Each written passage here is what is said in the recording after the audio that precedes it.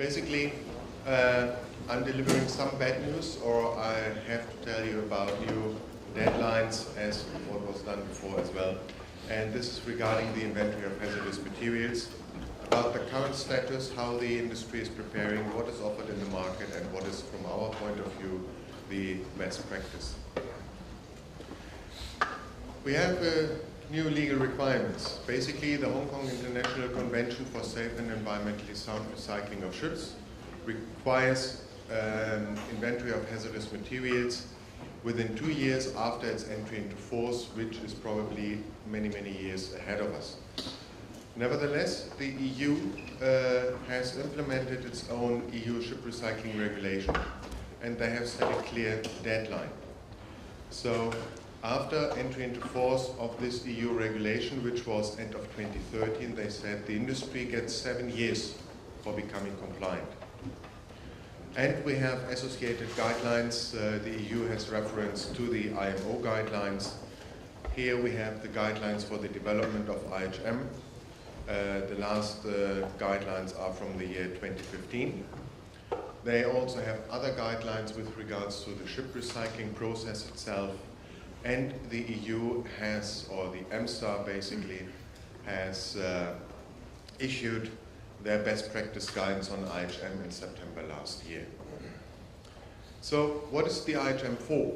It is for the identification basically of a suitable ship recycler for a particular ship based on the hazardous materials on board. So also it can be used for identifying risks during the ship operations. When you are aware of where the hazardous materials are, you can inform your crew, you can prepare safe operating procedures. The repair and conversion yards will be very happy to know what to expect in certain areas and certain systems. Basically, it's all about your incident and accident preparedness and to know how to respond. And also, if you have to carry out certain activities on board, you know about the personal protective equipment to be used. Also, it enables the ship recyclers to plan the recycling process. At the moment, they have to react if they identify hazardous materials on board. And in future, before you send a ship for recycling, you have to get a ready for recycling certificate from the ROs.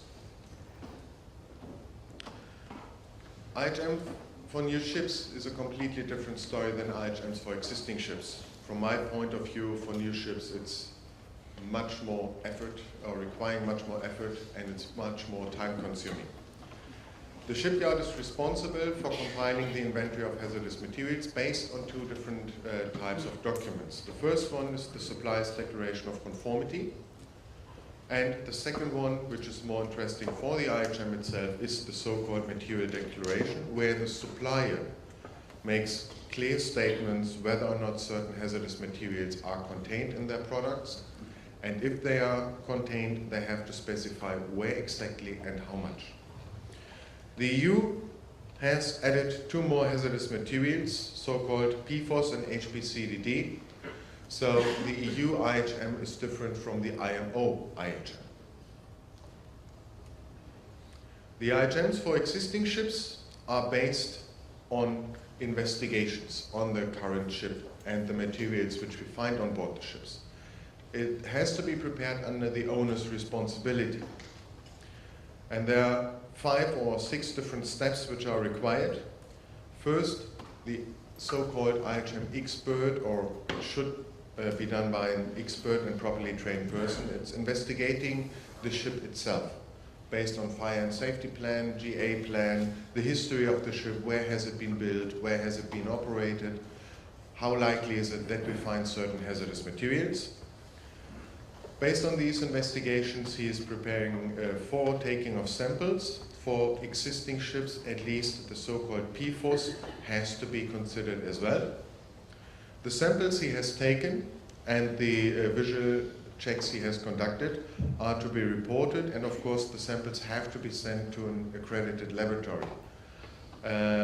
This is something which I also often see lacking, that non-properly accredited laboratories are used, meaning that the resulting IHM is inaccurate or at least not compliant with the requirements. And if something is found, the calculations of the masses of these specific materials have to be done, and all has to be properly documented. The accuracy is a very important point. So it means a proper planning is required prior to boarding the ship. The expert has to be experienced on where to take samples from which materials. We have indicative lists. The indicative list for asbestos, for instance, covers more than 120 different materials, but we have to know where we can find these materials. Also, there are other materials, so this is something which these experts really have to digest and have in mind when they go on board a ship. And when we go on board ships, we are doing constantly scanning of the materials. And if we are uncertain and there is the slightest likeliness that a hazardous material is contained, we take a sample. So the quality of the IHM therefore also depends on the number of samples taken. There are people around which say, I can identify asbestos by looking at the material. If somebody comes along and offers his services to you, making such a statement, you can show him where the door is, because this is complete nonsense. The detail of documentation is important, not only where we have found asbestos or other hazardous materials, also where we have not found it. So any sample which has been taken has to be properly documented, because for you, quite often it is more interesting where the hazardous materials have not been found, but what all has been checked. Also, that's very important for the recycler. The laboratory has to apply the right standards and has to be experienced as well. It's not a common job, it's somehow a little bit more specific. And the expert has to be able to interpret the laboratory results as well. The readiness of the industry. We have heard from ABS about the deadlines. New ships, when the contract has been signed after end of 2015, under EU flag, have to have an IHM when they enter into service. All existing ships, including all EU visiting ships, regardless of flag, have to have a certified IHM on board from the end of 2020. Or when they change their flag to an EU flag, within 6 months. Ships which are sent for recycling under EU flag since the end of last year have to have a certified IHM as well. These are very important deadlines when we look at the number of ships which are affected. The HKC theoretically will apply to 48,000 ships. The EU applies to 30,000 ships. The deadline, end of 2020, means from today onwards, 36 ships have to get a certified IHM each and every day or working day. We are below than 1% of that at the moment. The industry is widely not prepared and not preparing. I did some statistics. I'm not a guy who's good in statistics, but I just tried to put down some figures. Is it possible that the shipping industry can become compliant within this very tight deadline? So I thought, okay, we have a constant demand. We start in 2016, which is already history. And the supply of IHM experts, or the capacity, doubles annually. So this would be more or less the curve. The result is, from my point of view, it's very unlikely that this will happen, because doubling the supply is not so easy, and the demand is not constant, because the yearly demand would be around 6,000 ships. We are, as I said, far away from that. So the second aspect I took is the gradual increase. The demand keeps increasing, and the supply tries to follow the demand. So, but we also have an open market. Supply and demand are key indicators for the price, which means if the demand increases and the supply is a little bit below than the demand, then the prices will go up. At the moment, it's the other way around. There's more supply than demand, which means if you go for IHMs at the moment, you can easily negotiate on the price. I think in the next 1 or 2 years, the situation will completely change. Or the third aspect is the last minute rush, which I think is most likely because we have seen it in the shipping industry on various aspects.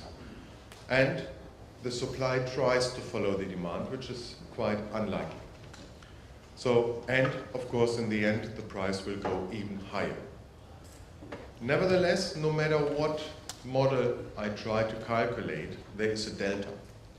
I think it is highly unlikely that all the 30,000 ships will have an IHM at the end of 2020. I talked to the European Commission and they said, well, it is unlikely that we will grant extensions because the industry had 7 years. If nothing happens, it's the problem. It's not realistic from my point of view, but I can only guess roughly what is going to happen. To conclude, the deadlines are fixed, a huge number of ships are addressed, a huge increase on the IHM orders very soon is necessary.